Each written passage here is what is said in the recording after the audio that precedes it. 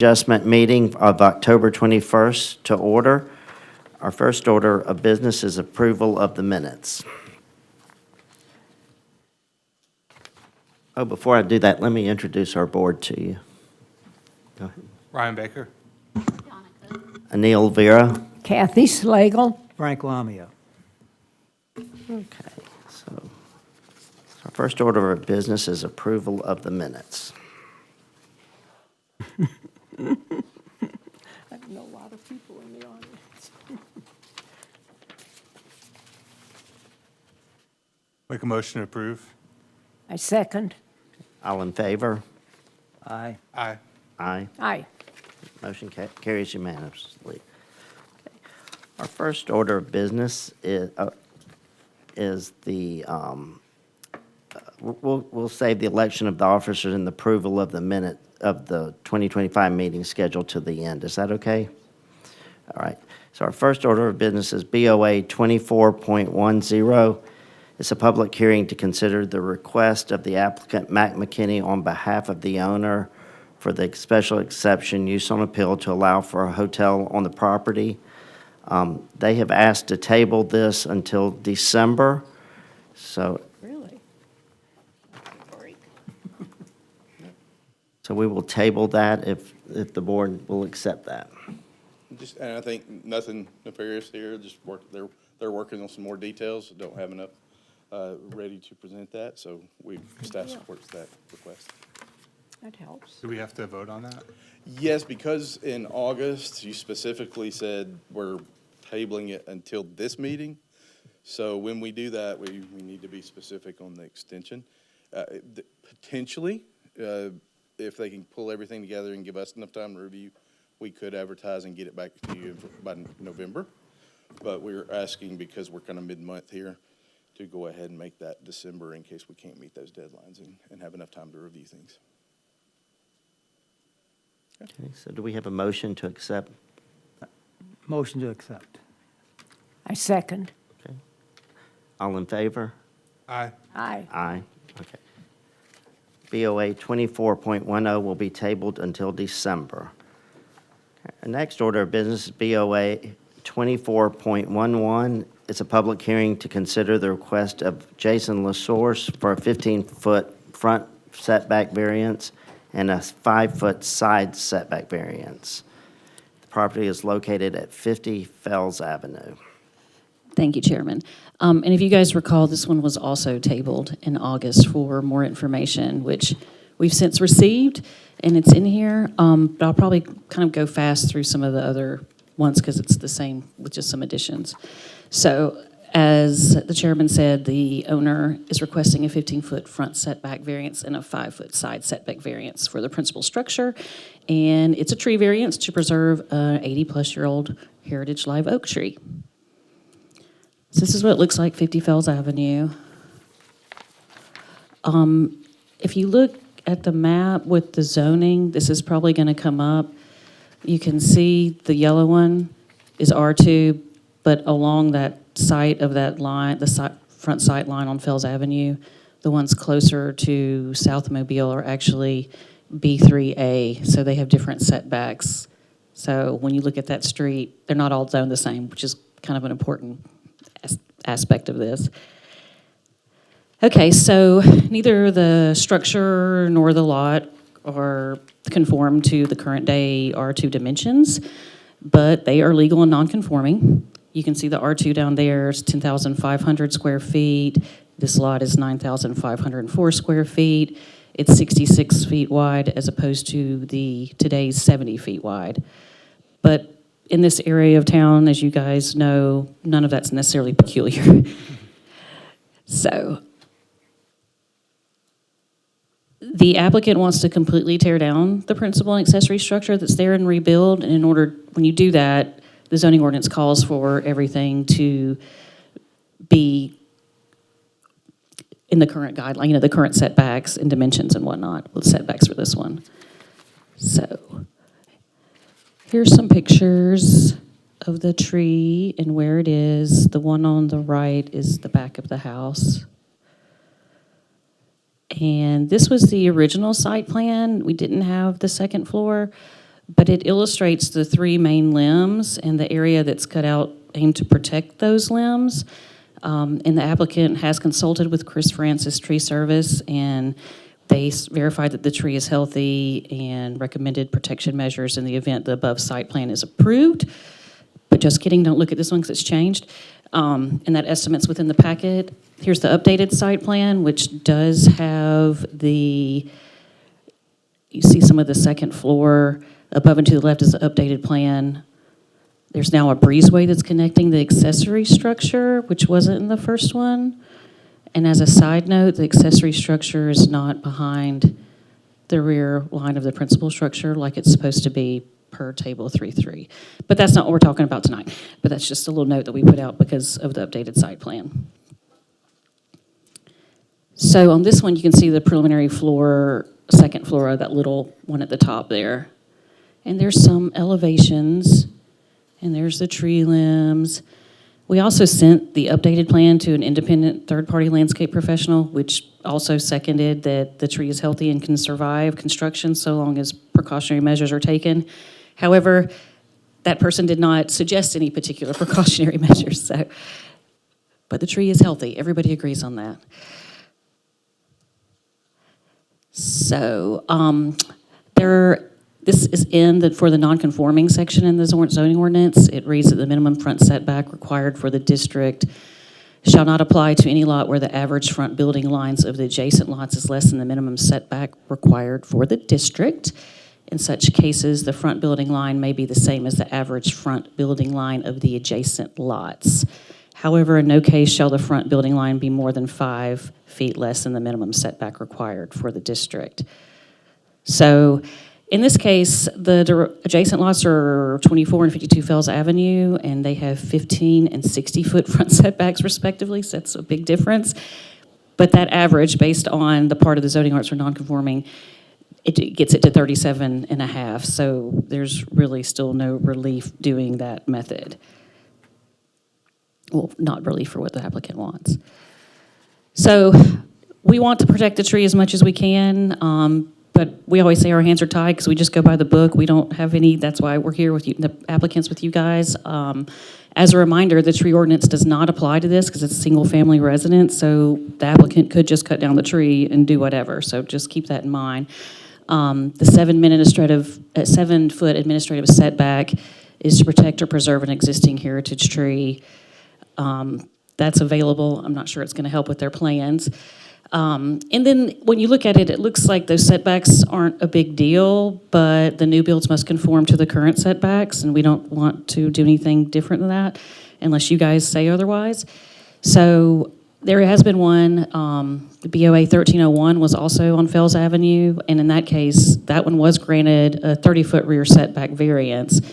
Ended up being a 5-foot rear setback. And that was to preserve a big heritage live oak tree. And that could be an option for this one too. There could be different setbacks available, such as a rear setback to better protect the tree. But I'll let the applicant and his team discuss that. So just wanted to mention that it has happened, the rear setback to protect a tree and some different things.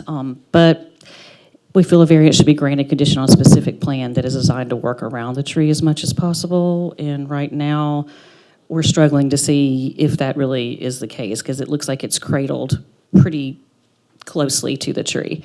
So the applicant has stated that they have a nice garden in the back and a small child, and they would like to keep that. So that's part, and they want to add a new accessory structure. So that's part of the reason why they requested this variance or these variances. So, however, based on our zoning ordinance and what we have, we recommend denial of a 15-foot front setback and a 5-foot side setback for the principal structure. However, the applicant's here, and I think he has some supporting witnesses to talk about his case, so subject to change, you guys can discuss it and we can go from there. And if I may just add, essentially what we're looking at here and what it boils down to for us is when we're giving tree variances and things like that, we're typically moving things further from a tree. And this is moving closer to the road. I appreciate all the work that's been done for this building since the last meeting to work around the tree. And the reports, I think that's phenomenal work. But at the end of the day, those rules we have to apply are for consistency's sake, as we're trying to move away from trees when we're giving those variances. So, I'll put that, those are the current setbacks, just so you guys can stare at those.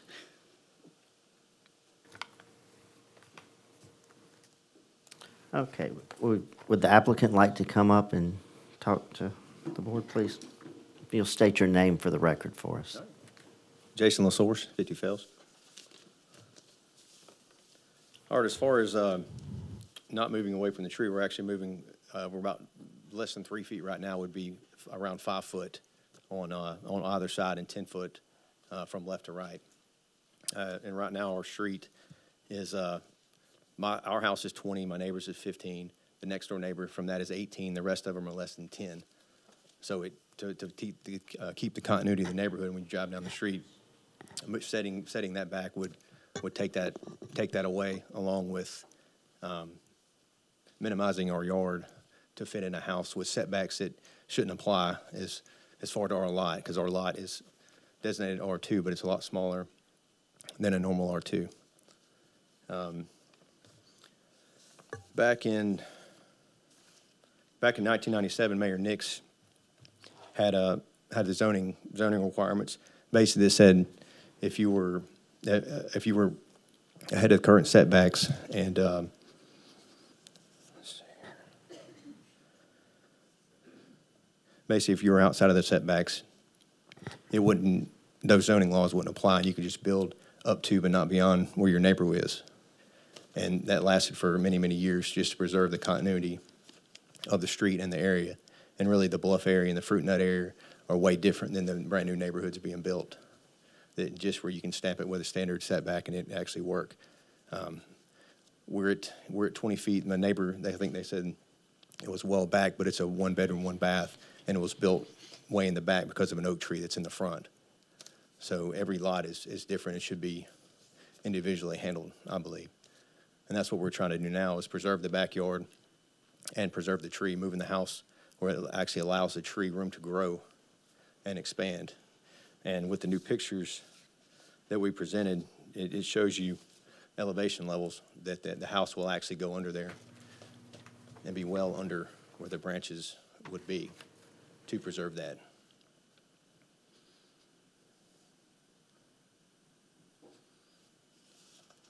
And conforming with the current setbacks, it'd make it way too narrow and push it all the way in the back, and you'd totally lose the backyard. And then you'd lose the look of the entire street. So.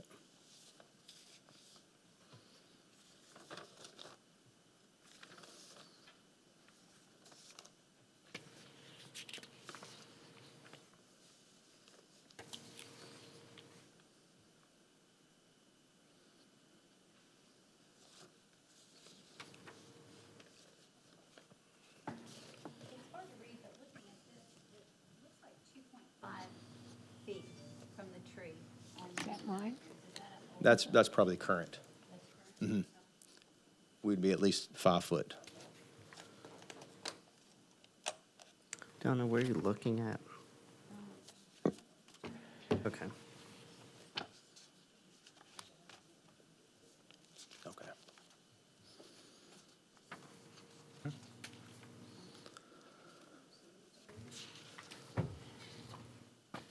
I believe the new one's on page 8. I have it up on the screen as well.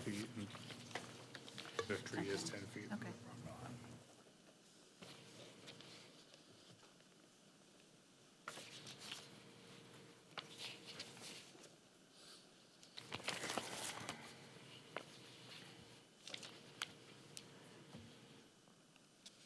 Is that all? I'm sorry, I thought you came up. Did you have other things that you're presenting? No, Okay. just what's in here and Okay. my reasoning behind it all.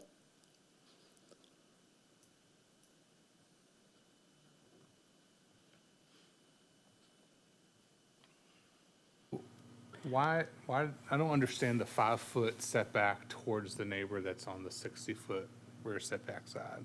why do we, I mean, you're asking to go forward towards the street to get more space from the tree. Correct. But why do you need to move closer to the side yard on that side? We're moving it in a little bit, but if we abide by the current setbacks on the books, it makes the house too narrow, and it just enables you from building an adequate sized house Well, I mean, around a tree. that's the, But because our current house is already there, we're just actually moving it a foot away from the line. We already have an existing structure there that fits in with the neighborhood.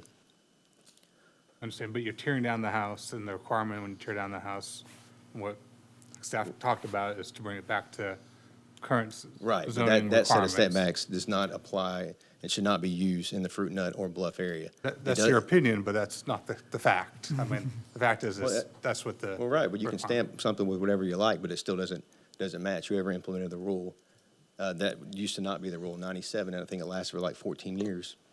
Mayor Nix had that, basically you can build like your neighbor, just not ahead. And that rule should still apply these days. Whoever changed it, it should not have been changed. That does not help preserve the Fruit Nut area or the, old town Fairhope. Well, It's not a cookie cutter neighborhood. You can't just step, especially with a smaller lot. It's a smaller lot than a R2. well, I understand your perspective on it. Right. But I'm just, how it's been applied by the city of Fairhope zoning is. Right. it's just- they But are that's the for same. y'all to assess and to make a decision based on, do you want to save a tree? Do you want to keep the continuity of the neighborhood? Fells is a heavily trafficked street. It's a nice looking street. And I think it should be maintained. You're But you not start- answering my question, though, about the 5-foot side. I understand that on the, It's to not make the house a shotgun house. We would like to keep our current footprint now. You see, we already have an existing structure there. We were just putting a nicer, newer structure in the same spot, basically. It keeps the continuity of the neighborhood, gives us the square foot that we need, and protects a tree. It protects a live oak that's, 80-plus years old.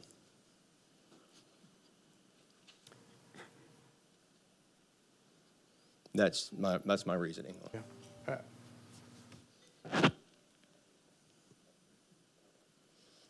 but I guess my reason why I'm asking that question is your choice to make it closer to the side where the tree doesn't really help with the argument about saving the tree.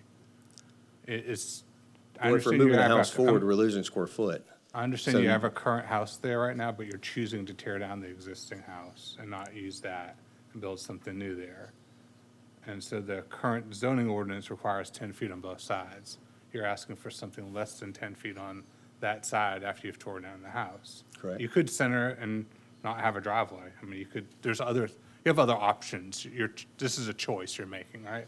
So I'm just asking why, you could have a smaller living area and build more in the back. I mean, there's lots of ways to do things. Yeah, but we want to preserve the backyard. We already have a tiny living area now, which is why we want to keep the width. We want to keep the width of our driveway, and we want to keep our existing backyard. Understand, But you're having to build around a pretty big oak, and there's not much give moving towards the back without totally, taking out your backyard. like you described your next door neighbor, you said, built further back to preserve the tree in the front. No, it wasn't to preserve the tree. Well, yes. But they don't have a backyard, and there's also a 1-1 behind that that's a rental. Right. So that, it's not really a good comparison on. Well, I think it is. Just listen for a second, you talked about preserving Yeah, but Fells Avenue. that's a 1-bedroom, 1-bath house. If a regular family wanted to buy that, they would have to tear down both structures and/or probably take out the house if they wanted a garage. I mean, it's just, And Because that was it's a a 1-1 rental. 45-foot wide lot, and many times, and for the benefit of everyone in the room, many times we discuss the fruit and nut lots. Right. They're all 66-foot wide. Every single one. And the very specific language on the variance, the size, shape, topography of lot that's peculiar with that area. So when all the lots are the same size, not one lot is not being punished any more than the rest. There are some lots that have different setbacks nearby, but that's a different zoning completely different zoning. And the people that changed the rules, that was our city council, our current one, and our 9 planning commissioners and our staff and everyone else that went through those public meetings, and there was reasons for that were discussed. I won't rehash. I think we got some of y'all's opinion as well. So that was not a fly-by-night decision.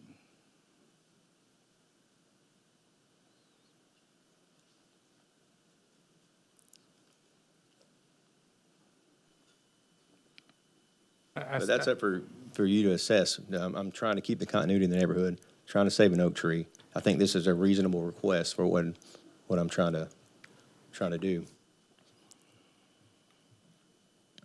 Because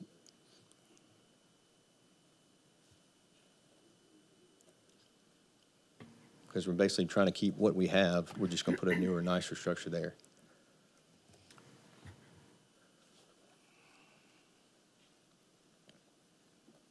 I know that you had Chris Francis. I see Chris over here in the crowd. I don't know if you want him to talk about this or if he was here to talk about this If or you have not. questions about preserving the tree, I'm sure he'd be happy to. I mean, I was curious about other items of preservation of the tree related to it. Yeah, if he would like, that'd be okay. Yeah.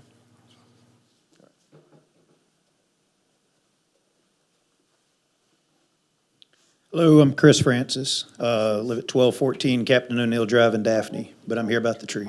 Hey, Chris.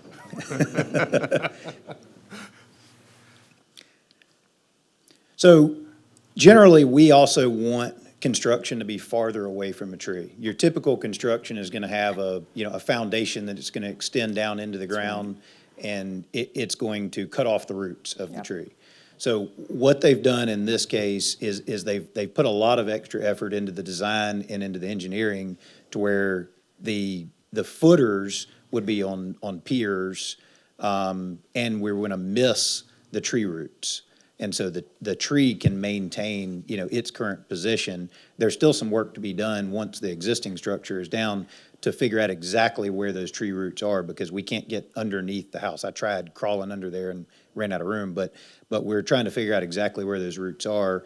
So there'd be a little bit of flexibility in that, in the design of the foundation, but ultimately that tree can stay there and they can build the house around it and allow the roots to maintain below the house, versus just cutting all the roots off for a standard foundation. That's helpful. Do you have any concerns about it being around 3 sides, the way it's shown?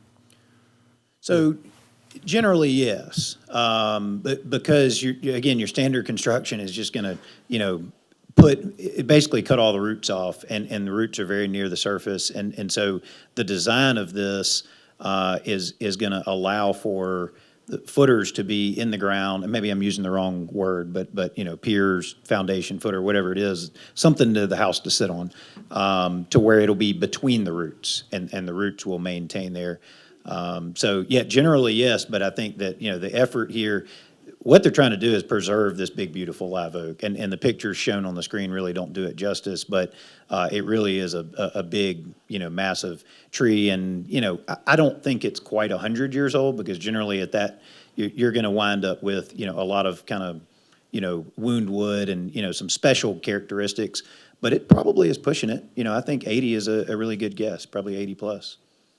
Yeah, so it took a while to get there, and, I would hate to see it go. I'm sure they would hate to see it go. But if it did go, they could build a much more, proper house, more standard house.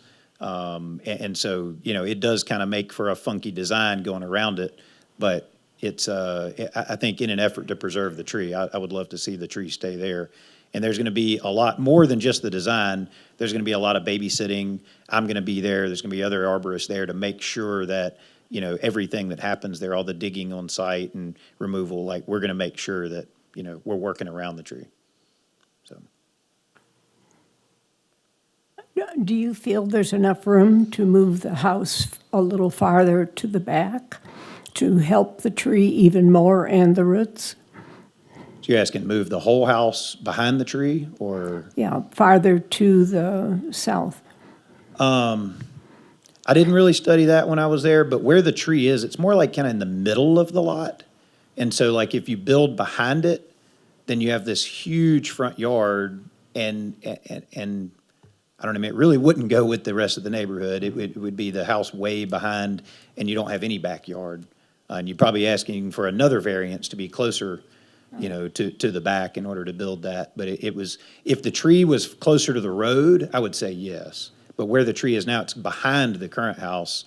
And so to build behind the tree, you're even farther into the backyard. Does that answer the question? Yeah, I mean, I'm even saying 5 feet more to the south. Wouldn't that help relieve the issue of the tree? It'd still be within the setback lines. So I think there's two major things. The one is the tree itself, and we have to work around the root system of that, but the other is the branches. Right. And so if you cut off big branches to put a house there, then you're gonna have decay in that trunk. And so they're trying to work a lot of different angles here. They're trying to work and position the house to where it can fit around the tree, but also to where the height of the house can fit underneath the limbs without having to make significant cuts on those branches. Thank you.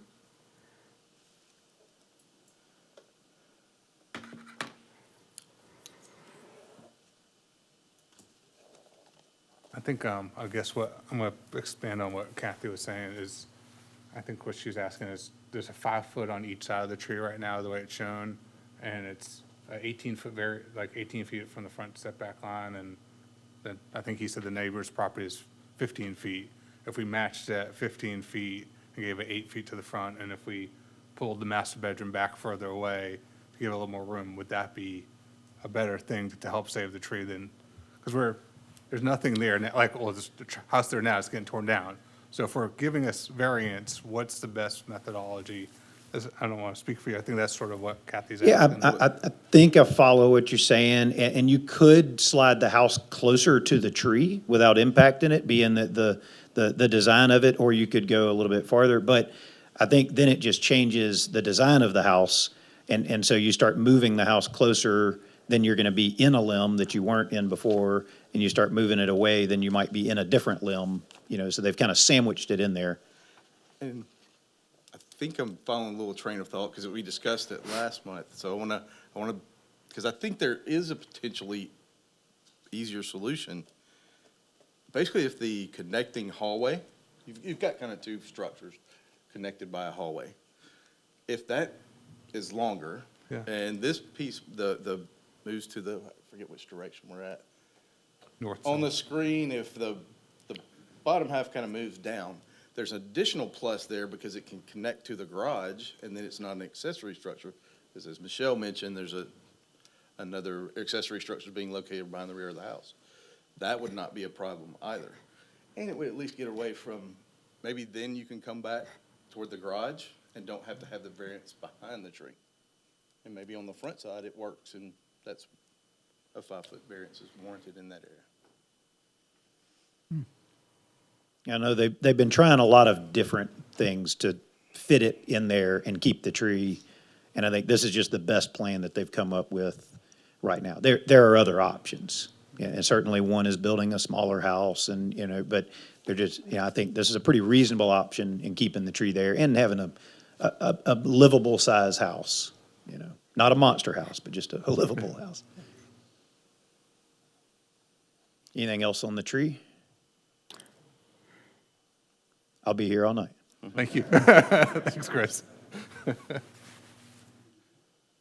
Staff, I've got a question. On the garage is supposed to be in back of the house, is that correct?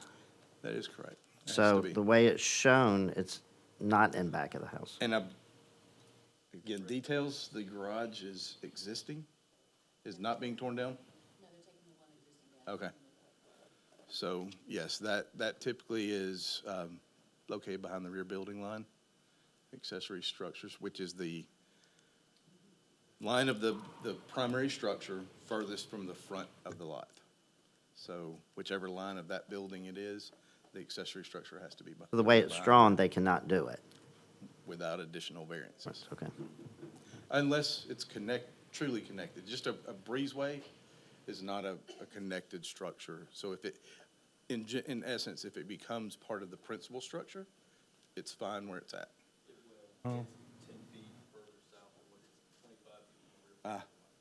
That's a problem then, because the principal structure has to be. 35. But I think that's where we would support, technically, that would then be a 10-foot rear setback. We would much rather see that than to the side and in front, if possible. And really our concern, and you know, when we give a variance, a dimensional variance that extends all the way across the lot. So it's recorded in probate, and that becomes a setback. Unless there's conditions made that this is the site plan given, this current owner, Mr. LaSource, or any future owner can come and fill out the whole lot, including the rear setback, and fill in the garden area, and go 5 foot from one side and 5 feet from the other. So, you know, that was also into play. I don't think that's the intention at all, but those of you that have seen, you know, we approve something and then it sells and we see a different end result. So you also have the ability to condition the variance on specific site plan, if you're concerned about that. The comment that the staff is not convinced that this updated set of plans, excuse me, is the best solution. To me, that means that maybe you ought to go back to the city and try to find a better solution that they will approve, because if this is denied, you're done for a year. I mean, that denial. And you know, what you're doing is a wonderful thing. It's just they feel that the solution that you have is not the best solution. There may be still an improvement on that will satisfy the city. And I guess that would be my suggestion to, I don't know if that's a table again, or just, again, Is that your biggest apprehension, that I'm going to sell the property and then somebody else can just come and build whatever? your option. But I mean, there's quite a few things, precedents that we always talk about. And everyone that comes in, when they tear something down, say, well, I want to go back in the same spot. And y'all know that that's the non-conforming structures prevent you from doing that. It has to come into compliance. So we are looking at this as a blank slate. We have to look at it that way. So then what is the variance granted and warranted? And the tree is then the only thing that warrants the variance. Absolutely support that concept completely. And we would be happy, I think we offered it last time, if the home designer wants to come in with us, we'll sit down and work some ideas out with Mr. LaSource and see if we can come up with something that we think we can all get behind. It doesn't create us and this board problems in the future. We'd be happy to do that. We just need some time to sit down and schedule everybody and come in and throw some sketches down before that gets, you know, you have to pay for multiple revisions. There's really no sense in going back and forth with 20 different revisions and you writing a check every time. So we'd be happy to sit down with all and work through any options that we might see. And so, Jason, I think that's a viable option for you because you have a problem with the garage anyway. So get with the city and try to work how maybe you can incorporate the garage into the primary structure so it's not two different structures. Okay. All right. Thank you. Okay. Now, if, believe this is right, you'll check me. I believe since the board tabled last month, we would need your, you would Request. make the request to table it. Okay. Request to do that. Okay. Okay. And no problem there. So So we'll you do table need to it for vote. 1 month? Yes. Okay, till our November meeting. is 1 month enough? It should be. If not, then I'll. How about you, on this one, until we can get revised plans that staff support, and don't put a deadline on this one? Okay. I think this is a doable solution. I mean, I don't want you to feel like that we're against this idea of, I think the way Chris described about which are additional engineering methods to save the tree, all those things we just want to make sure all of it complies so we can issue a site plan, a variance that goes with the site plan, so it doesn't just say it's an open variance like Hunter described.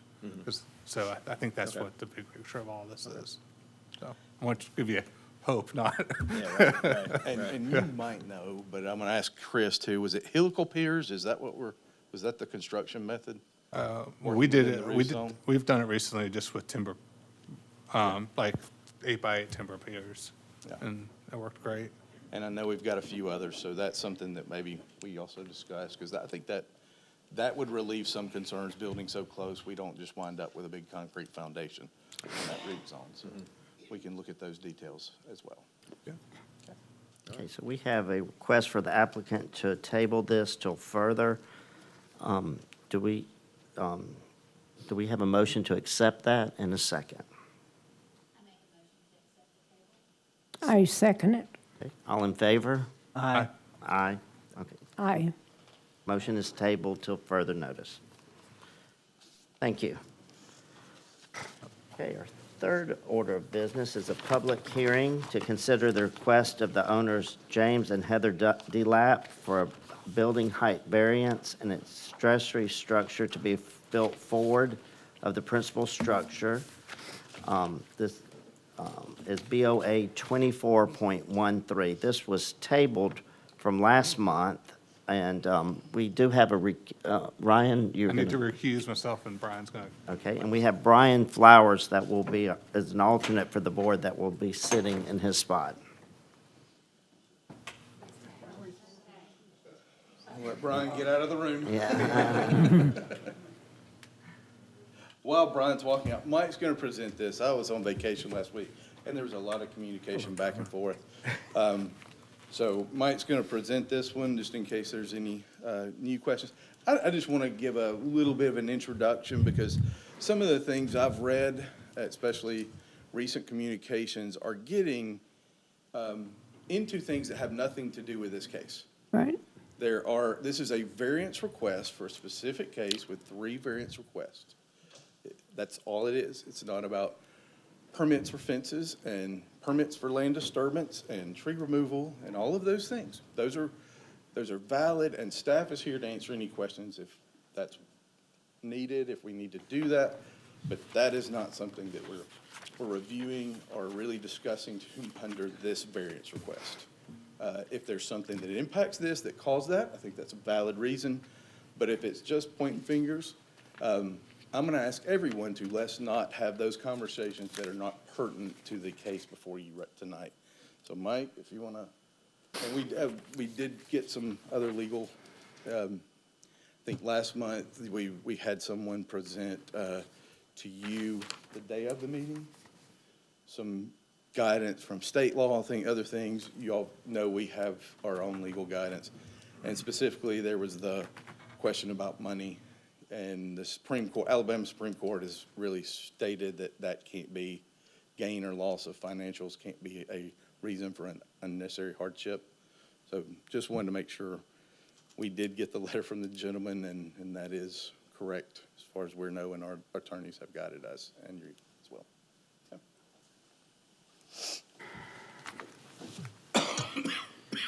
Good evening. Mike Jeffries with the city, Fairhope. So this is the request of James and Heather DeLapp requesting the 3 separate variances that we discussed last month. One of those is for the building height variance of the principal structure based on how to interpret the measurement of the height, different from what the zoning ordinance says. The second one was for the location of the accessory structure to be able to be built forward of that rear building line. And the third request was for a variance for a wall height. During that meeting, it was discussed that there may be potential other options to move the retaining wall, to terrace the retaining wall, potentially connect the garage to the house, and just some different alternatives were out there. We wanted to see those kind of reached out, looked at, and that is what the applicant has done. For anybody that this is the first meeting that they're here for, up on the screen, the left side is our zoning map. The yellow is zoned R1, which is property is zoned. On the right side is the aerial view. These are the first few slides. I'm going to scroll through these. These were the exact same slides as before, and then I have some updated slides at the end to go over the particulars of the new information that has been presented. But in general, the lot does have some severe topography challenges from about 95 feet close to Main Street to 11 feet down close to the common area along Mobile Bay. And this is Lot 6 of the Crawford subdivision. There's just the aerial map with the topography, seeing the contour lines. This was going over the height. This was the height again, showing that the height measured from the foot elevation of the average elevation for the footprint of the building, where the building height would be 27 foot 10 inches. And then getting close. So the October comments. So we did receive an additional presentation that was included in your guys' packet that had the additional information to support the applicant's request. Below was just a clip of the new proposed site plan, which incorporated the garage into the existing house, and this was included in that same presentation. A summary of what that applicant presentation was. One, it depicted of the terraced retaining wall options. Two, there were photos and illustrations of the northern property's fence, which has, as Hunter mentioned, that really has no bearing on if this property and proposed variance request meets that variance criteria. There were alternatives to the carport connected by a covered walkway. And then there was also an alternative with no variance required by integrating the garage with the house. So staff believes that although the applicant states an alternative exists, that no variants are required, that height variance would still be needed for that proposed plan. And that height variance is measuring off of the average of the footprint of the building rather than the natural elevation of the entire lot due to that topography change being so extreme. So staff recommends denial for the height variance for the retaining wall, recommends denial for the location of the accessory structure, and recommends approval for the building height of the principal structure to be measured from the natural footprint elevation. And then the next slides is the presentation prepared by the applicant. And unless there's any particular question at this time for me, I'll turn it over to the applicant to let him present the information that he has compiled.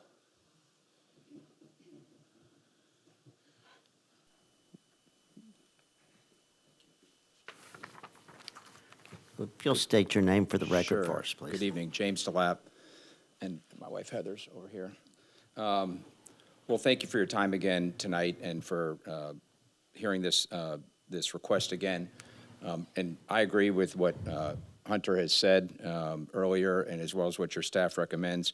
I mean, this can be a pretty quick meeting because we went to, despite what we talked about last time, we went to pretty great lengths to seek other alternatives as recommended by the board from the last meeting. And I can quickly run through that for you so you can kind of see what those changes are.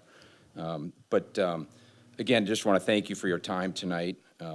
So the building, as was discussed, the building height and accessory structure were recommended, and the first one is approval, and then denial on the retaining wall. That was with the first proposal.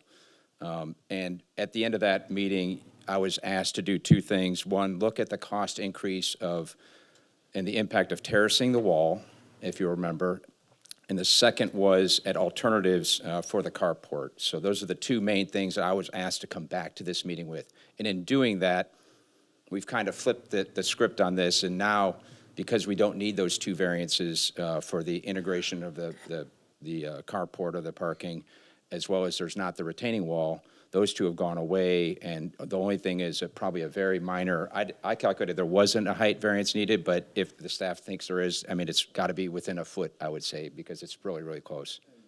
You know, this is one that, the way our zoning ordinance reads is where you start measuring, so the bottom of the structure is from the average elevation of the overall lot.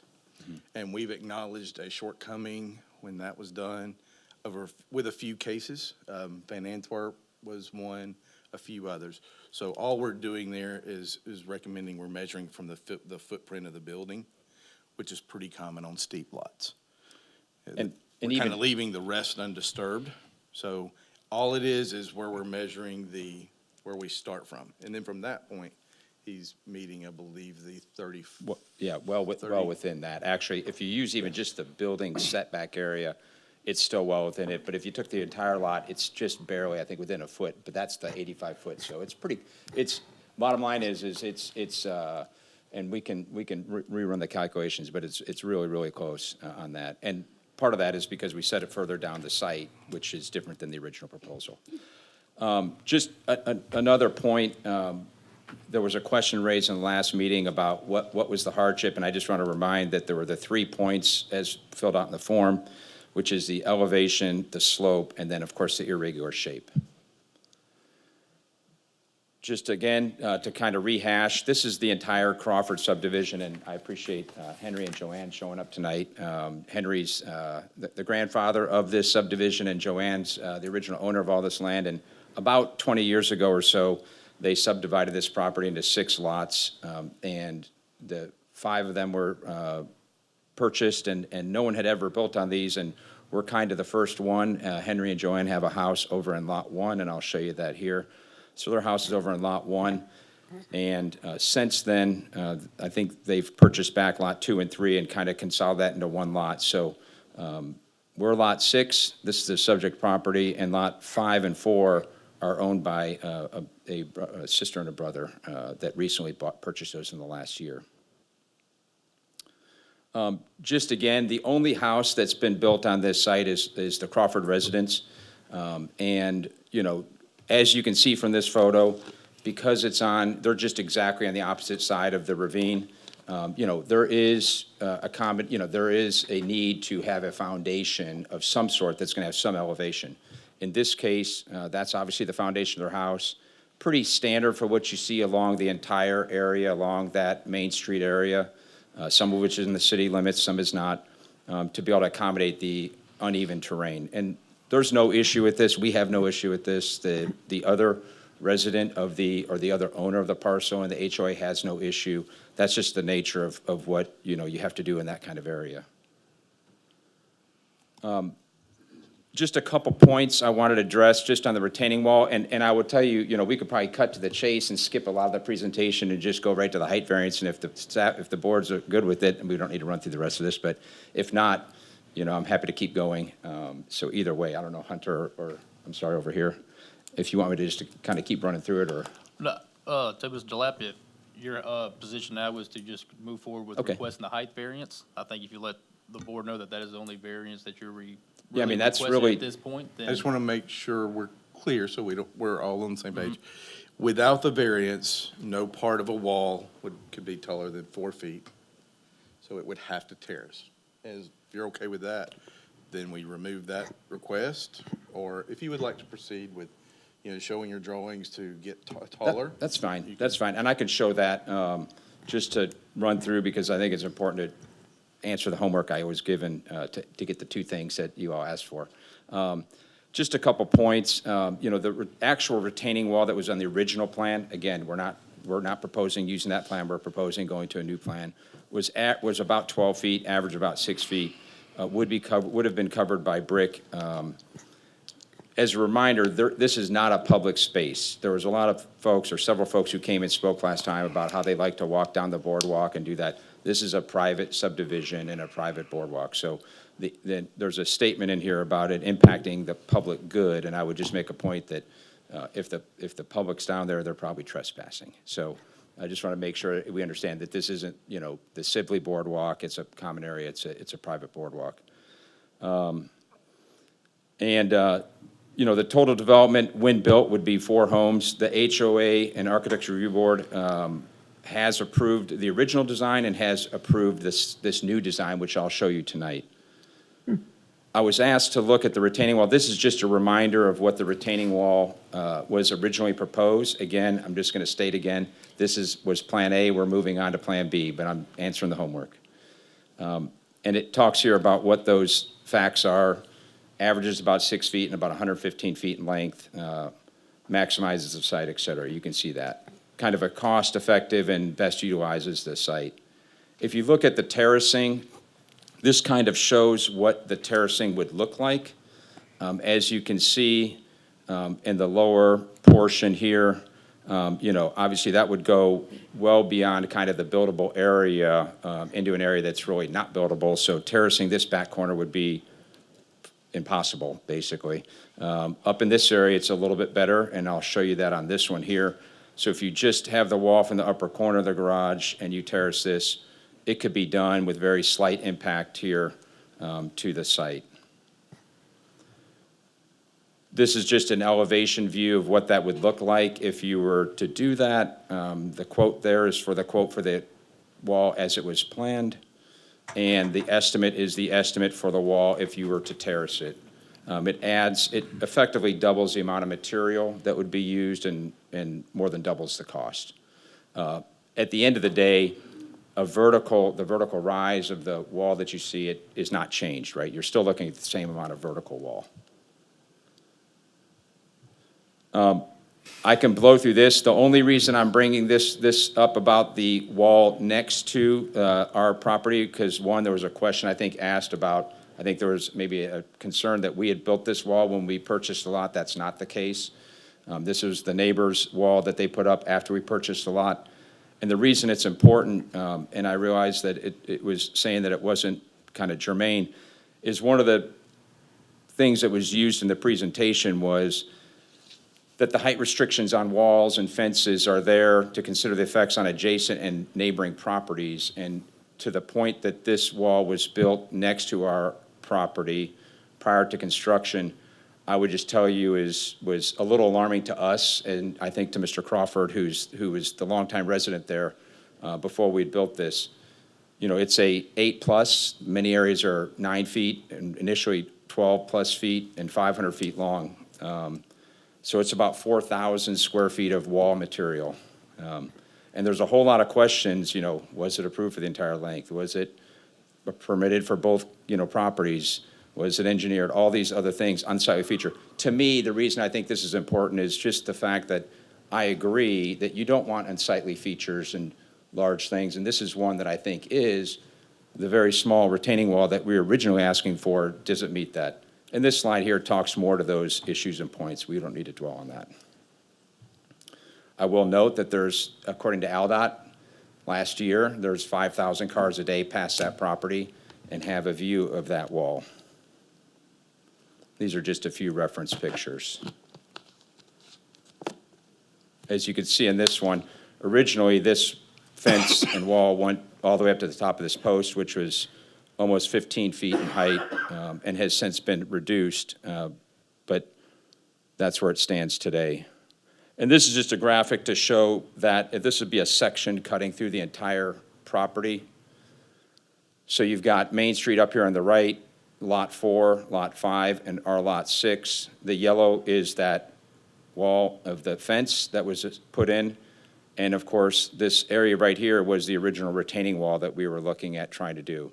The whole point of this slide is to say, number one, impacting the public good is not an issue because the public can't even see this. There's only 3 other residents in the neighborhood, only one that lives there, and none of them had any concerns with this. And you can see the magnitude of that wall, retaining wall.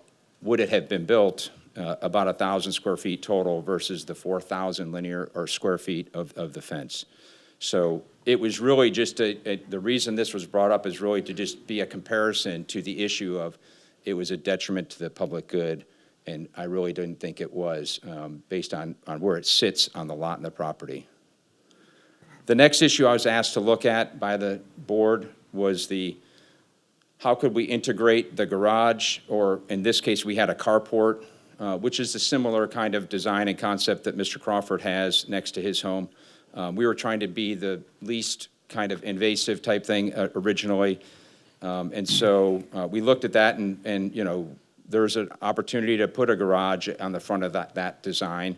Of course, it does unfortunately violate the HOA's rules, which says you can't have a garage facing the road. So it doesn't really work from that standpoint, even though you would never see it from the road because, again, from the line of sight, you can't see down that hill that far. But we went to that drill anyways just to, you know, because you asked for me to look at that. In doing that, we said, well, what if we just try and start over from scratch? Now, bear in mind, we have a complete set of drawings that's been submitted for permit review, which is why we're here today. And as you know, that's not cheap to do and took a lot of time and effort. But in an effort to try and move this along and get beyond that and not have to ask for 3 variances, we took what you said to heart and said, okay, how could we integrate a carport or garage into the house? And what could we do to eliminate originally having a lower level walkout area with a retaining wall and do a more traditional construction style that you find much around the area? So the image on the right is the same front elevation facing Main Street. It has a traditional kind of slab-on grade type with a built-up foundation wall, stem wall coming up. So it does not cut into the hillside like the original plan, which would have, been good and probably, for a lot of attributes, but this one is, doesn't require the variances other than probably a very, very minor height variance. And again, we can look at that and see if that's the case. Per the rule, per the regulation, I think it was right at the limit. This is a north elevation, and then this is the west elevation here with the height. And then this is the same kind of graphic with that same footprint put on there, showing the same section through there. Again, the entire house is below the line of sight from the road. So if you're driving by in your car, you're looking over the roof of the entire house. What you still see, of course, here is the long yellow line there. That's still highly visible to every car, all 5,000 cars passing by daily. And so as was shown by the staff, this is the footprint as it sits on the site. Sits a little further down the site, so it's, so in terms of the grading on the driveway would be a little bit, have a little bit of a grade coming down. Again, we can manage that and do the drainage to work with that fine. And still sits well within the building setbacks. You can see here, it's a little hard to see here, but the dashed line around the outside is the building setback up on the corner here, but comes all the way back up here. So, it touches it at the north side and it touches it on the east side, but we're, 40, 50 feet back from even just the setback areas for the building footprint. Now, because of the way the terrain is today, I would not want to get any beyond that dark line there. So we're staying well back from that as well. And just to kind of sum up, as I think I expressed before, we've spent a lot of time. We've had 3 different engineering firms come out and do assessments of the area to make sure everything we do, because this is a big investment on our part, we want to make sure it's being done right. So everything from geotechnical testing to engineer assessments, and despite the fact we put that time and effort into the first set of drawings, and in an effort to move this forward, we're willing to move on to the recommendations to the board to have an alternate design that doesn't require the 2 other variances that were previously submitted. Go back one slide. Thank you. So this is the plan that you've got, you're showing us, this This is is what the- you want. Yes, sir. Okay. So Hunter, just to recap, what are we voting on?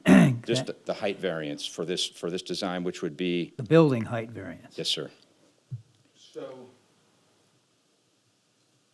and I understand there is always a which way are we going here? And then there's more detailed plans are needed. Right. I don't have any reason to doubt, but we don't have enough information to know that this plan can work out. But if Mr. Lapp thinks that he can confidently get there, retaining walls 4 foot high, this meets the height limit, then the only variance needed would be to allow height to be measured from the average elevation of the building footprint. That just to the average mean, our mean roof height. Currently, it's a small detail, but right now, our zoning ordinance says you measure from the average elevation of the lot, the whole lot, to the mean roof height. All we're saying is the building footprint, limiting that. You get into some situations where you can build 20-foot tall building, Actually, especially when you have lower. some terrain like this and slopes and geotech studies. It could limit that, but that's the only, I think. And may not even need that with a new building. It doesn't even need that, actually. I mean, so he's right, you know, the rule says, you know, from this to this, but I'm not, not even the building footprint, just within the building setback, and we're well within that, even at the building setback. So if you took the building footprint, it's well within that. But if even it just took the building setback, we're still within that by plenty. So, again, you know, and there's no retaining wall in this. Anything you see there is just foundation wall, much like the house that's there from Mr. Crawford's. There's no retaining walls in this. It's all part of the foundation of the house. You got rid of your cupola. Yes. And, okay, this is from the bay looking up. Yes, ma'am. This is from the bay side? Yes. So you feel that if somebody builds on Lot 4 and 5, that they will have a view of the bay because of the slope of the land? Yeah, I mean, I don't know what kind of house they're going to build, but, I mean, this is roughly pretty close. I mean, it's in PowerPoint, so, you know, it's not, you know, it's pretty close to scale. But you can get a general idea on Lot 5, they're probably going to build somewhere in this area, depending on how high their house is. Could have a view in Lot 4 is even up a little higher. But there's a lot of trees in between all that. I highly doubt they're going to take down all the trees in there. So, you know, I don't know what their intents are to do that, so I can't really speak to them. But this gives you a good idea of where that sits. But this also shows that the top of the roof is below even the line of sight of the road. Right. So even if you're driving by the road, you'd still be able to see the bay even over our house completely, so. At what point does the road end and your driveway begin? There is shared easements. Yeah. So Okay. I'll go back to that here, and it's right here. So right here, so this is Main Street right here. Right. The purple is a common area paved road, or paved driveway. Yeah. It's common to lots 4 and 5, and then it's still paved on this little thin green section, which is technically our property and lot, all the way down to where it splits right here. So that's all, if you drove by and looked today, you'll see a paved or concrete drive that goes right down to this point. That fence goes from this corner all the way down this lot, all the way down this lot, all the way down to right here to this corner, 500-plus feet. So, not our fence. And then over here in purple is a similar common driveway that was originally in purpose for 3 and 2 and services Mr. Crawford's house in Lot 1. All right, so 5 gets into, when he builds a house, he gets into his property by that little line in the purple area between the purple and the green. Yes, ma'am. Okay, And that's how this was originally platted. I mean, this Yeah. was done 20-plus years ago. okay. And you know, it works, you know, I mean, we've communicated with these residents. I'm the president of the HOA currently. And so we have, you know, we've had several meetings over the last several months.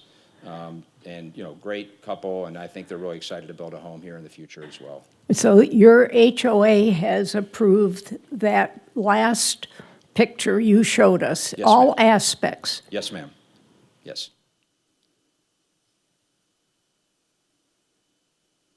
The one on the right. Yes, ma'am.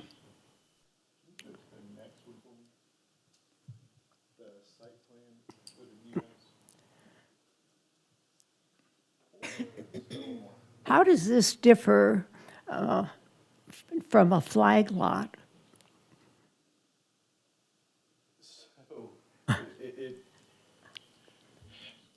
know why you're asking, and that is a very good question, but again, this subdivision was approved years ago. Okay. It in essence. It's a moot point, sorry. Flag lot, but not even, with a flag lot, you were supposed to have the flag pole was supposed to be 30 feet. And this one kind of starts out that way, but as we. Yeah, got it. It is not one of the 3 variances.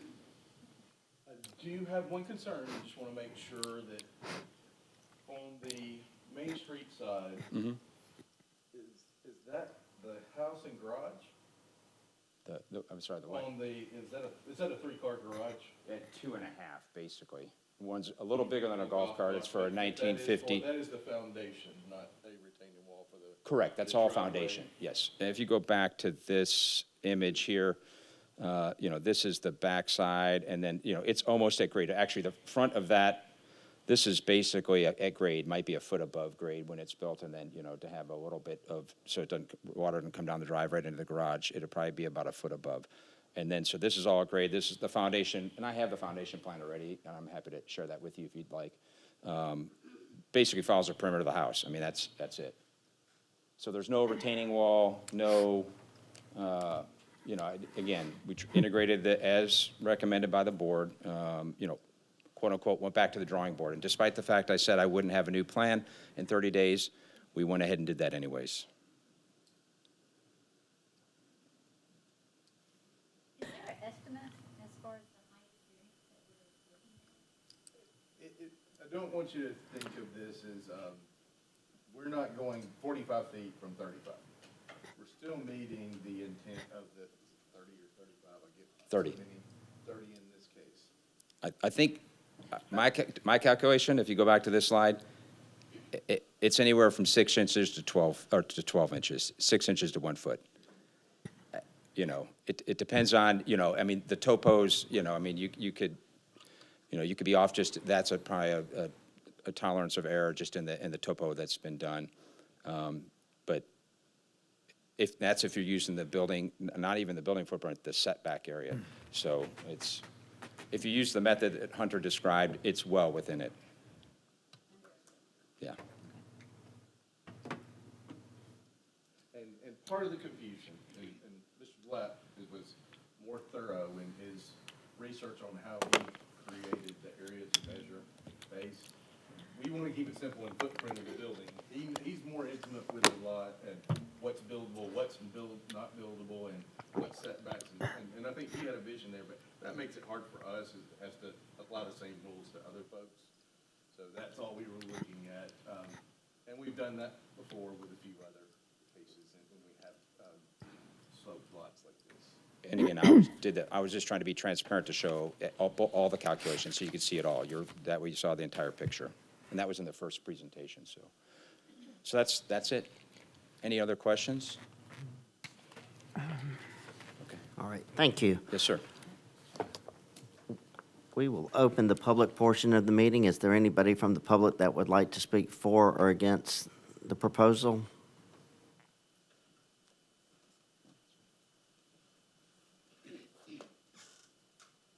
Anybody for it in the public? Okay, we'll close the public portion. Board members, do we have any additional questions or an motion?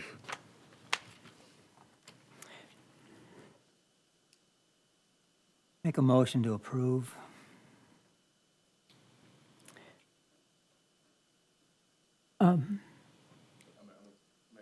May. Mr. Blatt, we haven't had a chance to vet these plans. How comfortable are you that you got it nailed and we might not get back to the office and go, oh, you forgot the way we measure something here?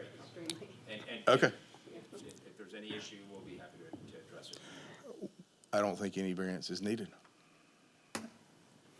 So would you like to withdraw the case?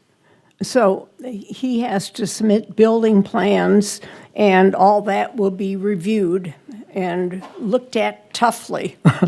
Yes. The only thing I would say is, if it is 6 inches, over this 84, I don't want to have to come back again, because I'm getting ready to go from architectural design to engineering drawings, and I don't want to have to go back and lower something 6 inches. So I would prefer that, the height variance, if your interpretation was it was needed, that. Well, and what we can do, if you're, we certainly want to give the opportunity to change that before full engineered plans. So what we can do, if you have the elevations or and the foundation, send those to us. We can look at those before you send those off for engineering. And maybe you just have an option to change the pitch a little bit to get the 6 inches out, or other solutions. That would be a simple solution to that. At this point, there's no variance needed. Is that correct? That is correct. We could potentially, until we reviewed those to be clear, table this till the next meeting, and if everything does work out great, we can simply bring it to the board as the application has been either withdrawn, there was no need for that application to ensure That's a if good there idea. is that 1 foot difference.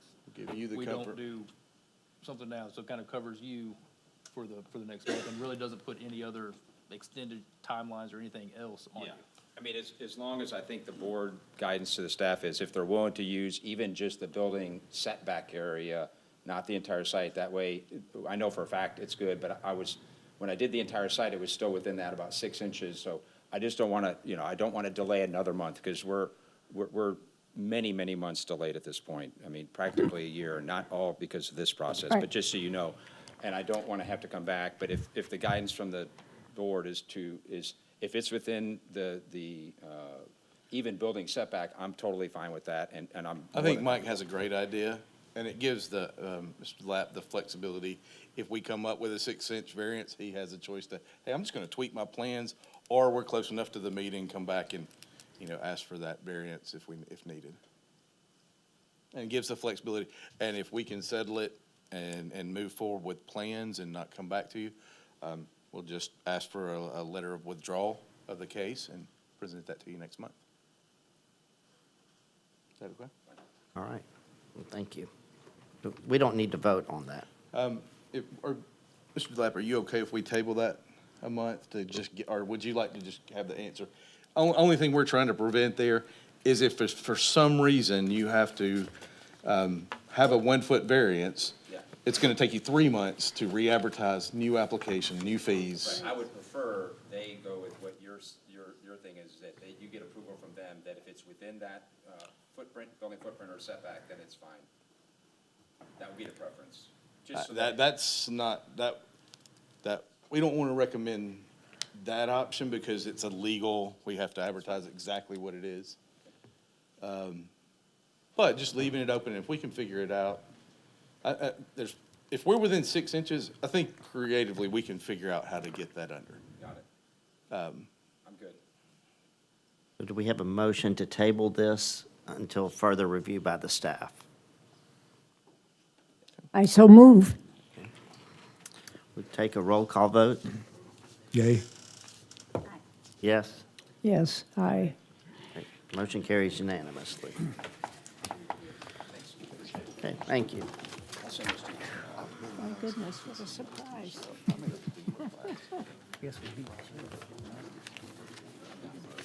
Completely All right. look at the house. The house is Okay, we have BOA 24.14. It's a public hearing to consider the request of the applicant Rebecca Bryant on behalf of the owner Gerald Garcia for a special exception use on appeal to allow for a restaurant, bar, and community center on property located at B3A Tourist Resort Lodging District. The property is 700 South Mobile Street, which is also known as the American Legion.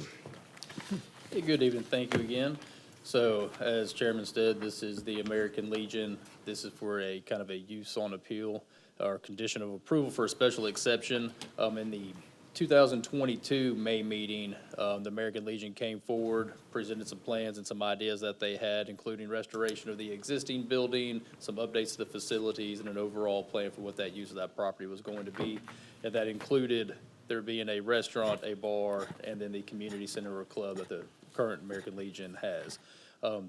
The outcome of that was approval with conditions that excluded the drive-through use. Since that time, in the last 2.5 years, they have ran into that renting a building that is out there, and I'll let them explain this in more detail, but in short, they've decided that it is in their best interest to actually construct a permanent second building and kind of maneuver where their plans were. And I'll get into some of those details in this presentation. So the original uses approved are not changing. However, the site layout and the buildings have changed substantially. Essentially, the new building will be constructed as Phase 1 and will be the Legion Club. The existing building will be renovated and become the Legion Hall and the restaurant. The narrative included in the packet more particularly described the reasoning behind those changes. On the screen, the zoning map on the left and the aerial on the right. You can see it's on South Mobile Street there across from Laurel on Mobile Bay.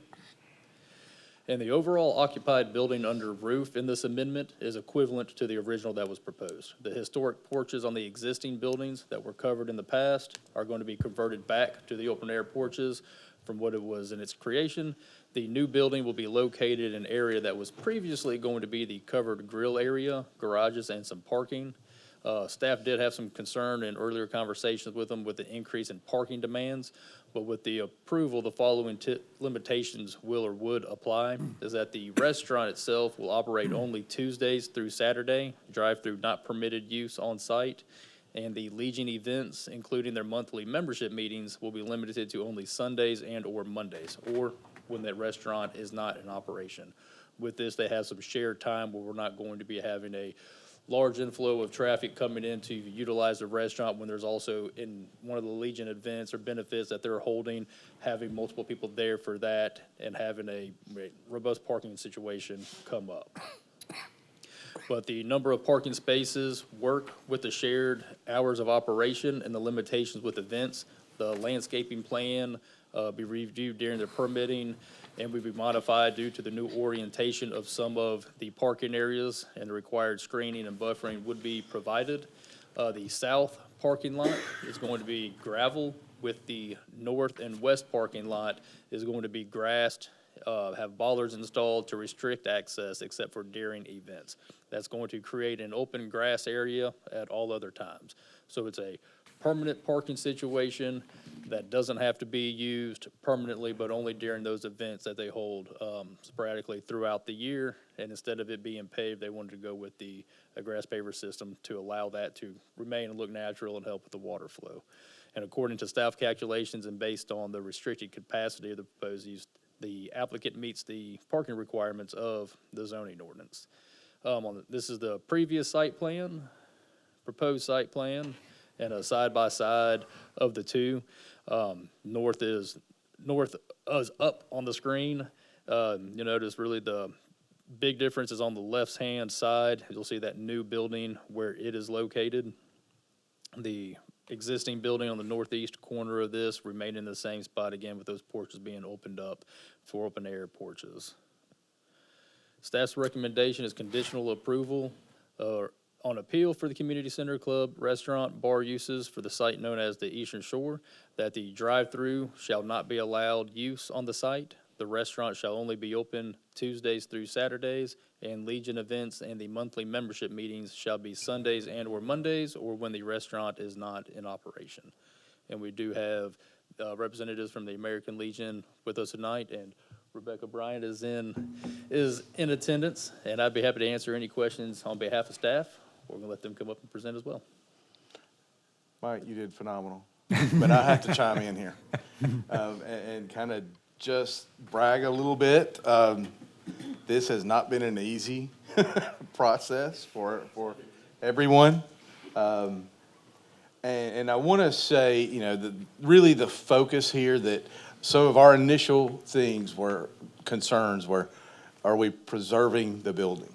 And I think that was critical to the town, the neighbors, everyone involved, the Legion primarily. And I think through this evolution, which you have a lot of members with the Legion and coordinating with our bureaucracy and sometimes rules and how to work through this, I have to commend their patience through the process to come up with the solution for you tonight.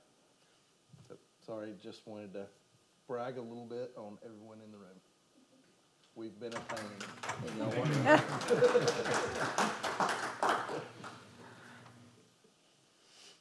But Rebecca? I don't want to restate what's already been stated. Rebecca, will you state your name for the record for us, please? Sure. Rebecca Dunn Bryant. Do you need my address? Yeah, yes, please. Yeah, 103 Blakeney Avenue, Fairhope,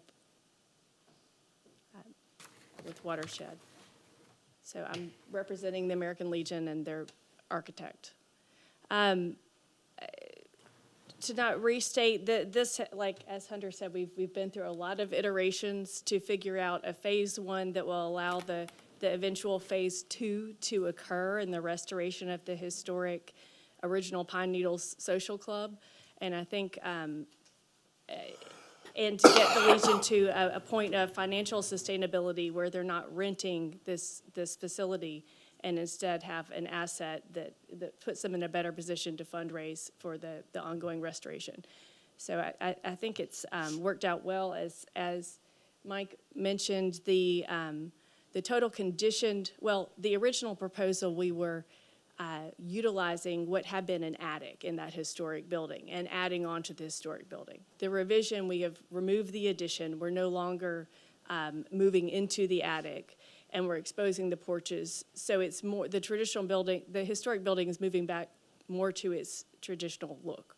And that gave us a little more wiggle room to create a new building, which actually suits their operations better. They have an emergency operations program that assists communities, in need when we have these hurricane events, that will be much better served in a ground floor space. So the Phase 1 building can be the place for their meetings until Phase 2 is built, and also provide that ground floor operations, emergency operations space that they needed. You mentioned the total area under roof is roughly the same with the two buildings as it was with the original proposal for the one 3-story building. The conditioned area is actually, enclosed and conditioned area has been reduced by about 1,400 square feet, and the calculated occupancy of the Phase 1 and 2 together is about 200 people less than it was for the original proposal. Really, I don't want to belabor. Do you guys have any questions? We'd love to answer them, and there are many members of the Legion here as well if the questions go beyond Rebecca, will you show us architectural. on the slide kind of the existing building and with the new proposed building? What is not shown on the slide, so this is the existing building that many of you, people are familiar with.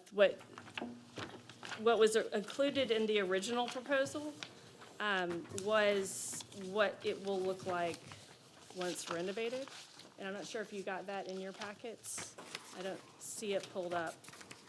And the slides are a truncated version of the packet. That's what I'm realizing. So in the center of the page is the historic building. Okay, On the right, that's being shown in the Phase 1 scenario. So this is, existing parking is actually sufficient to serve proposed Phase 1 building, which is in the bottom left-hand corner of the and screen. that's where the trailers are now, is that correct? Correct. Okay. Correct.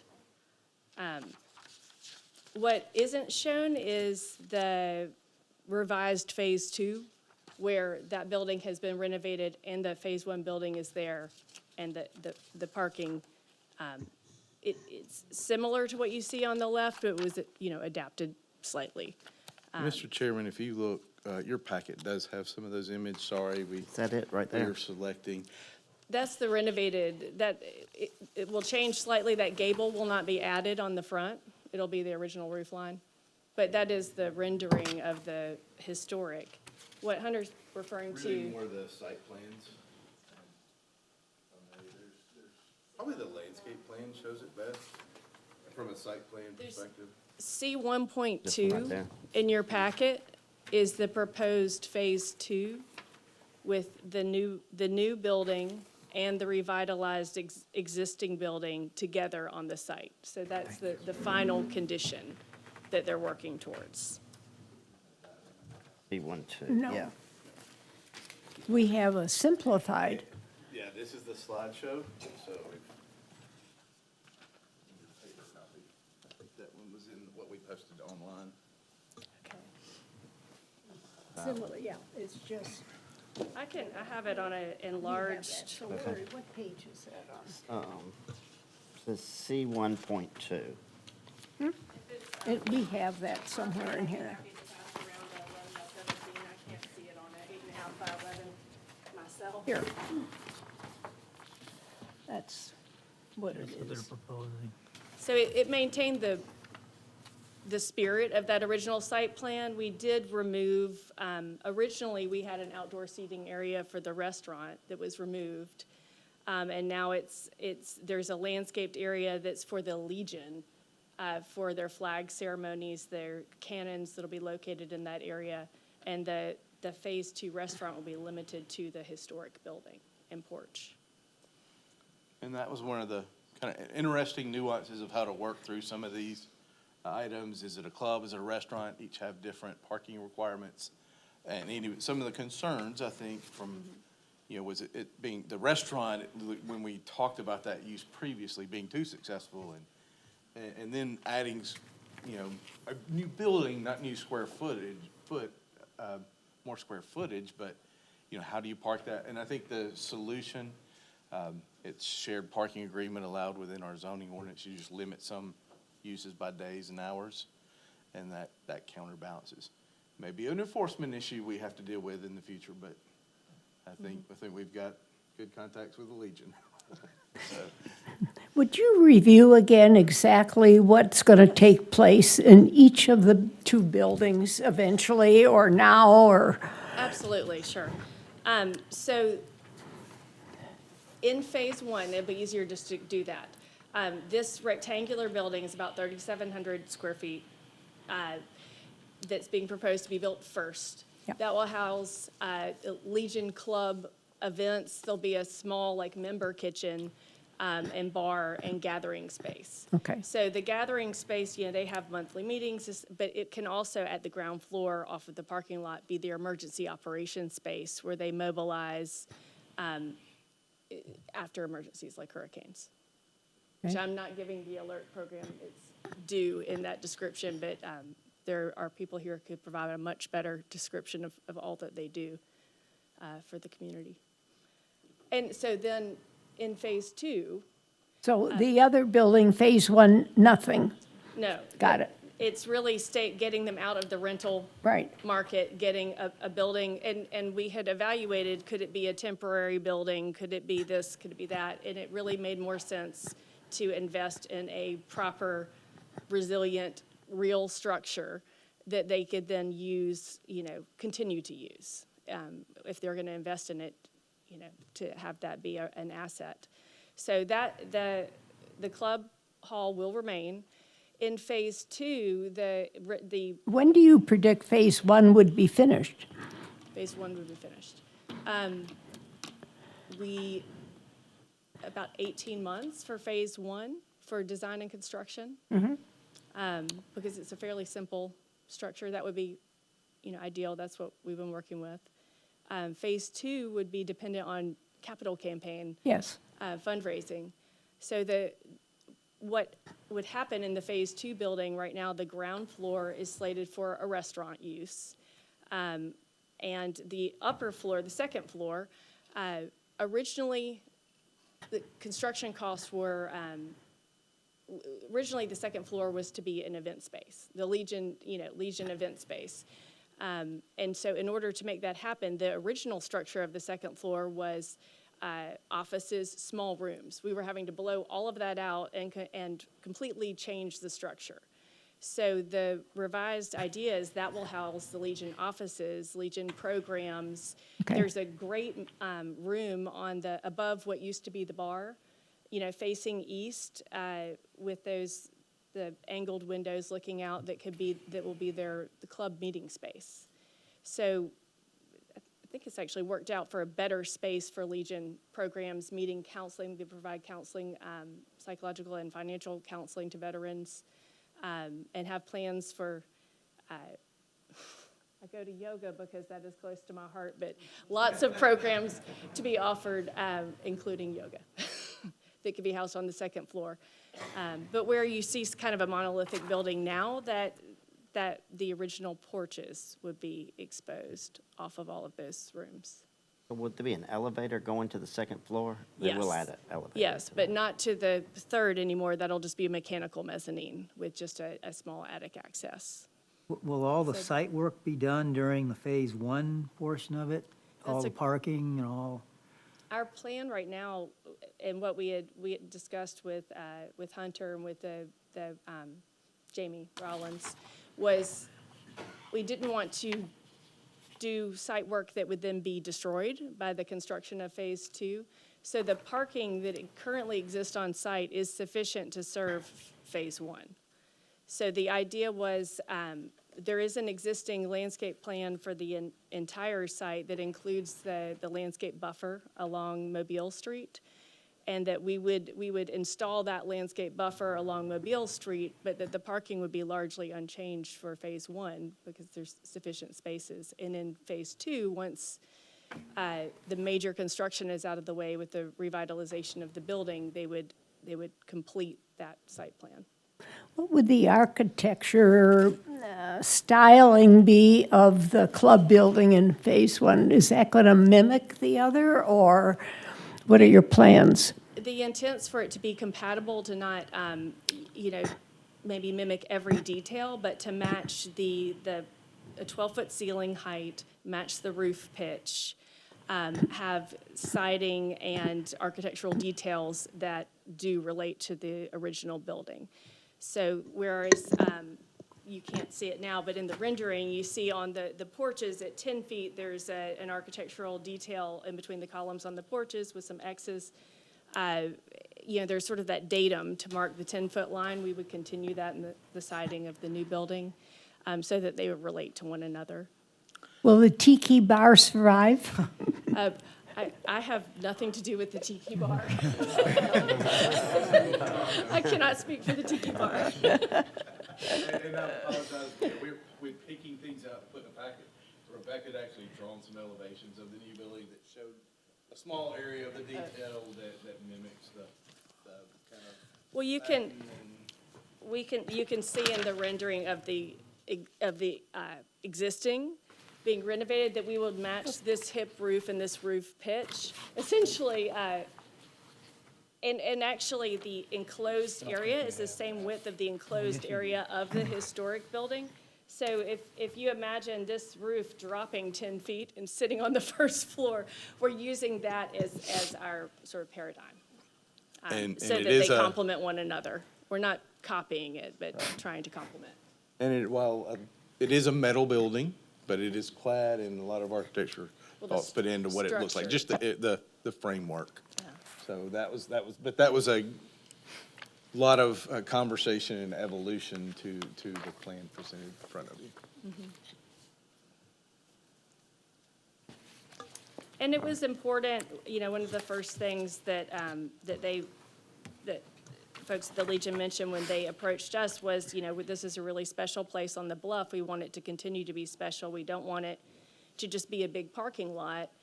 How can we make it feel like this coastal destination? Most Legions don't have this kind of site. And so the idea for that green parking lot for a landscape palette that includes a lot of native plants was to really make the most of the location and not increase the impervious area any more than we had to, and to support the ecology of the bluff. While at the same time understanding about 12 times a year, there's going to be 400 golf carts. Special events for fundraising for the nonprofit, and we'll be there to chip our $20 in. That structured grass pave is pretty tough. It doesn't like everyday use, but if it's, once or twice a week, it does well. Thank you. All right, thank you, Rebecca. This time we'll open the public portion. Is there anybody from the public that would like to speak for or against the project? If you'll state your name for us, please. My name is Gary Gover. I live at 300 Lincoln Street in Fairhope. I was just thinking about the considerations for storm survival, being so close to the water, the elevation, and so on, looking at things like 20-foot storm surge, Category 5 storms, things like that. Will the response aspects of the American Legion's program for after the storm survive at this location? Good question. Don't want to. Been here longer than I. If we ever had water from up the And the emergency that they're gonna be having set up there is for other areas, not just for when Fairhope experiences a storm as well. Good afternoon. The name is Gerardo Garcia. I'm the post commander for the American Legion. Of course, as far as storms are concerned, Category 5 or greater, all bets are off. What we envision is your average storm that typically we've been exposed to date. Your Category 5 plus is a 100-plus year storm. Are we prone to that? Is that likely to happen? Anything is likely to happen. What we can assess is the ability to deal with lower level storms. And we need to have the ability to go and support and sustain not only ourselves, but be able to assist the community, not only here, but abroad. Our mission here is not just local, it is regional in reach. Right now, we're raising assets to support and sustain the other locations that have been affected by Helene and the last storm that we had in Florida. We have some of the members that actually deploy to different states to assist them with the recovery. So what we do here is not just local, but we do prepare, and we're trying to prepare the best way possible for future disasters. That is what the building is tailored to do right now, to do immediate support and sustainment in the near future. As we indicated, unfortunately, the phase 2 of the building, the fundraising has been a little bit demanding on us. We have a great team now, fundraising and grant application committee. We have approximately 6 people working on that, and they're doing great. We just recently obtained a 501c3, which changes the variance for us to apply for grants. Before, we were only able to apply under a 501c19. For those of you that are not familiar with it, that is a veteran support organization. Most foundations are tailored to support charitable organizations, which we truly are, but we're considered under the tax code. Well, not us, but the other foundations that issue the grants, they typically look at us as a fraternal organization, which we're actually greater than that. We're still a charitable organization. We support veterans, families, community. In addition to that, we do, again, sustainment of other areas, other sister organizations in here. And the critical part for us was that particular designation, 501c19. A lot of the organizations did not accept that. The foundations are essentially designed to and tailored to support charitable organizations, 501c3s. We were not. We finally managed to go ahead and attain that certification through the national. They do have that. So now we're using that as a pass-through. Now we'll be able to go ahead and gather speed and hopefully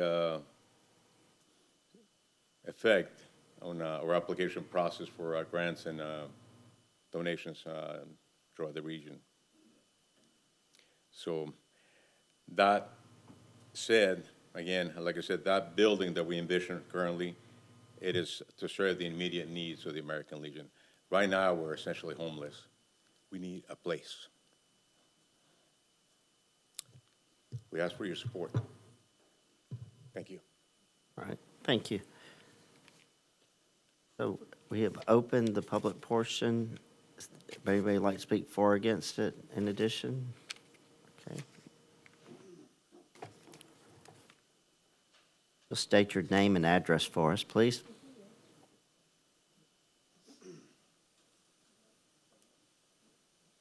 Hello, Frank Thrasher. I live at St. Alban Avenue in Loxley, Alabama, but I'm a high school graduate here from Fairhope High School. Been here most of my life in the Eastern Shore. And what I wanted to speak to as the secretary for the American Legion's Emergency Response Team is expound on a little bit about why the future of the Phase 1 and Phase 2 project is not just near and dear to our hearts, as the commander suggested, but the importance that it can play across the board. As Rebecca mentioned, the veteran services and counseling and such things, This will give us a place to call home and begin actualizing some of the mission statements that we've been given from the national level. Excuse me. Public speaking is not my strong point. I realize there's only 5 of you. But that being said, not only helping our memberships in the community, but regional and national support as well. And it comes from the 4 pillars of the American Legion, one of which is national security. And under national security, we have moved forward with helping our community. And that's what we're called to do. And in doing so, we have become familiar with the Baldwin County Emergency Management Agency.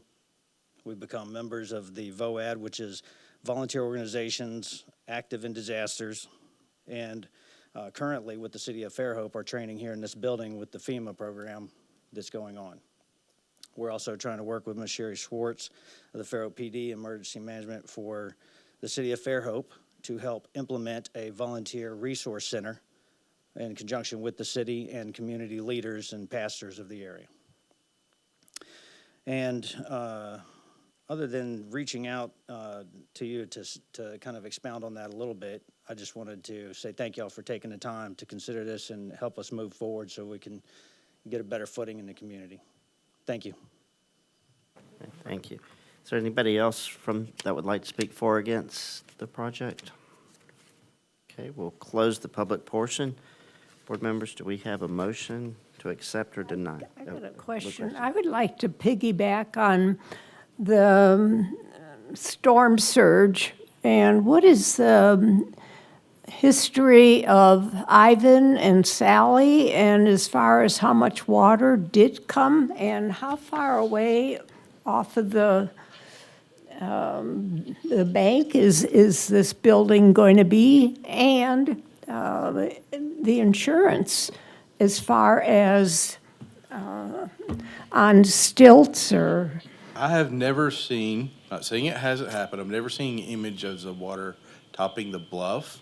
Now, I think they have to replace some of the decking in the pier every time Okay. we get a And shower. what's the elevation of this building? We are honestly, off the top of my head, can't tell you that. We are well above the BFE. I mean, we have a flood elevation certificate, and there was a geotechnical report done on the stability of the bluff. And so the proposed new building was located even in this, beyond that bluff edge setback that was recommended by. Is the by Limois line geotech. on that plan? Because the Limois lines where wave action, and I think it's on the lower Yeah, portion down by the it's cut beach. off because we're not showing the beach Right. part of the site. Okay. in here. Thank you. And certainly they did, at Eric and I's request, got the geotech, because being so close to the bluff, we wanted to make sure we didn't chase a lot of other things, but all of that will be looked at. Okay. Honestly, Under the building permit review. yeah, and as much as anything, we wanted to make sure we weren't directing stormwater over the bluff to Mm-hmm. erode from that direction. And so a lot of attention has been paid to that. Thank you. Thank you. Do we have a motion to accept or deny the proposal? I would make a motion that we follow what the staff recommended for a conditional approval, and that includes the drive-in should not be allowed on the site, the restaurant only open Tuesday through Saturday, and the Legion events and monthly membership meetings would be Sunday or Monday when the restaurant is not open. Do we have a second? Second. Got a tie there. Okay, we'll take a roll call vote. Aye. Aye. Aye. Aye. Motion carries unanimously.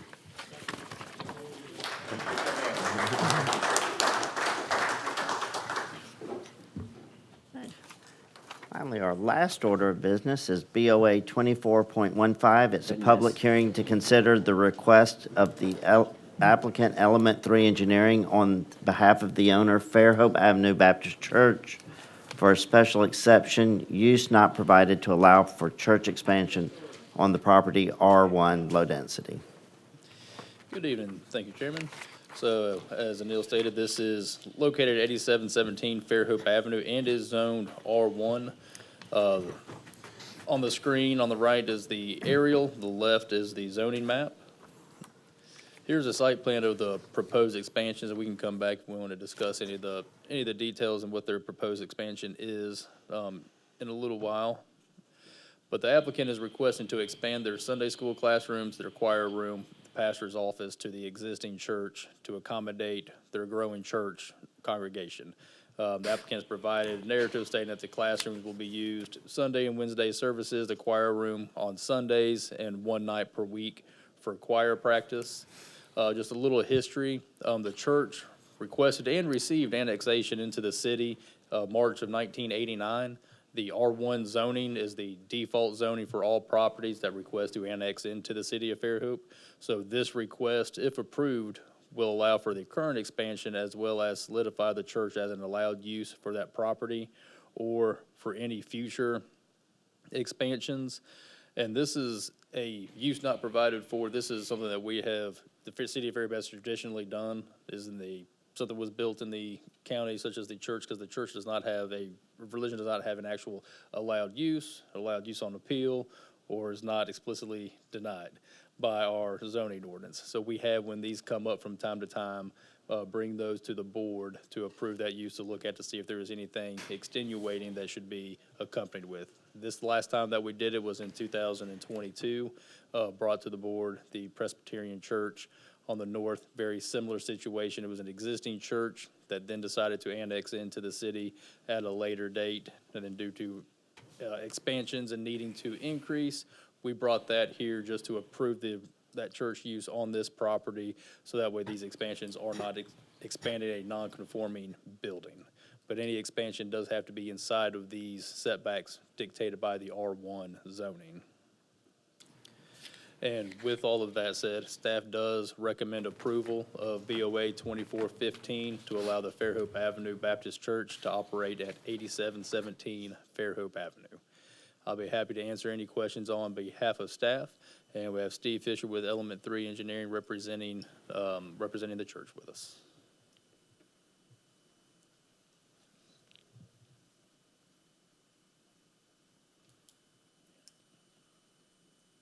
Right, thank you.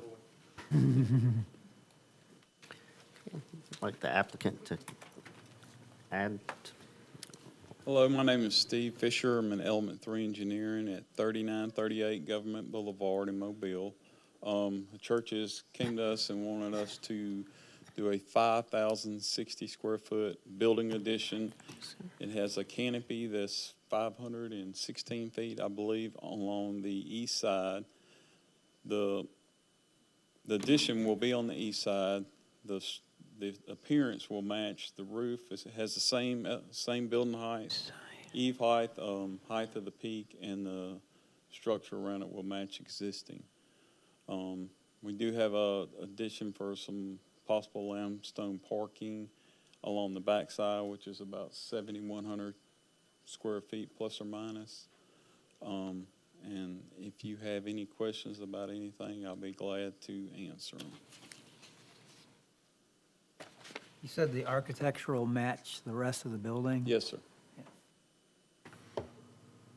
It's going to it has a wing on the west side, so this will kind of match along the east side. The east side. If you're looking at it, it'd be to your right. Towards Walmart, right? When you say east side, that's next to Section.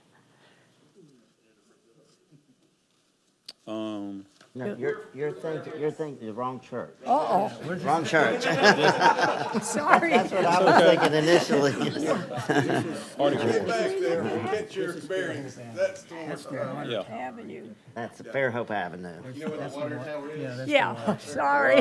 Right in front of the water tower. That's okay. I got it. All right, So, yes, it's hardy, we got hardy plank on the building. got it.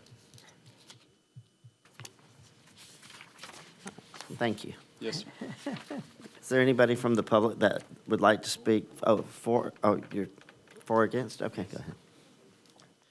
My name is Louis Johnson. I live at 219 Divot Loop here in Fairhope. I'm the pastor of Fairhope Avenue Baptist Church. And just to give you a little context about what we're attempting to do, when Hurricane Sally struck in September of 2020, we lost our two original buildings that were constructed in 1967 and 1968. One of those buildings held our church offices, including the pastor's office, the church office, our financial office, storage space, and a conference area. And then the other building that was destroyed held Sunday school classrooms, a common meeting area, and a kitchen. And so we're not actually seeking to expand the church. We're seeking to replace the space that was lost from Hurricane Sally. And instead of doing two exterior buildings, we already have a west wing of the building, so we would like to have an east wing to mirror the west wing, and it's going to house our new offices, our few Sunday school rooms, and a choir room for that. So thank you for your consideration, and we appreciate your time this evening. Thank you. Anybody else from the public that would like to speak for or against the project? We'll close the public portion. Staff, do we have, board members, do we have a motion to approve or deny? Motion to approve. I second it. Sorry. We'll take a roll call vote. Aye. Aye. I know exactly where you are, and I. Aye. Motion carries unanimously. Thank you so much. Okay, our last order of business is the approval of the 2025 meeting schedule. I so move. Okay. And so in January, it was moved to Thursday, not our normal Mondays. That is correct, and that is the only holiday that has affected our schedule this year. So we'll put that on. And then we'll have election of the officers. So we got I think you had a motion to approve it. I don't know if we have if we got Oh, a second. Yeah, do we have a second to approve? Second. Okay. All in favor? Aye. Aye. Aye. Aye. And to point out also, you got both Januaries for 25 and 26 have the affected dates. Okay, great.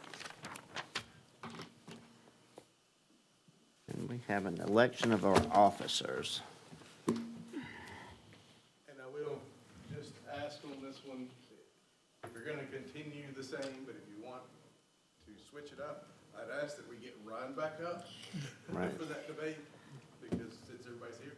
But if anybody would like to make a motion to continue with the current officers, I think we're okay without moving. I make a motion to continue on the current officers. And that, for record, is Neil Vera as chairman, Kathy Slagle as vice, and Cindy Boudreau as secretary. Hey, do we? Okay. All in favor? Aye. Aye. Aye. Aye. We have a motion to adjourn. So moved. All right, thank you. Thank you.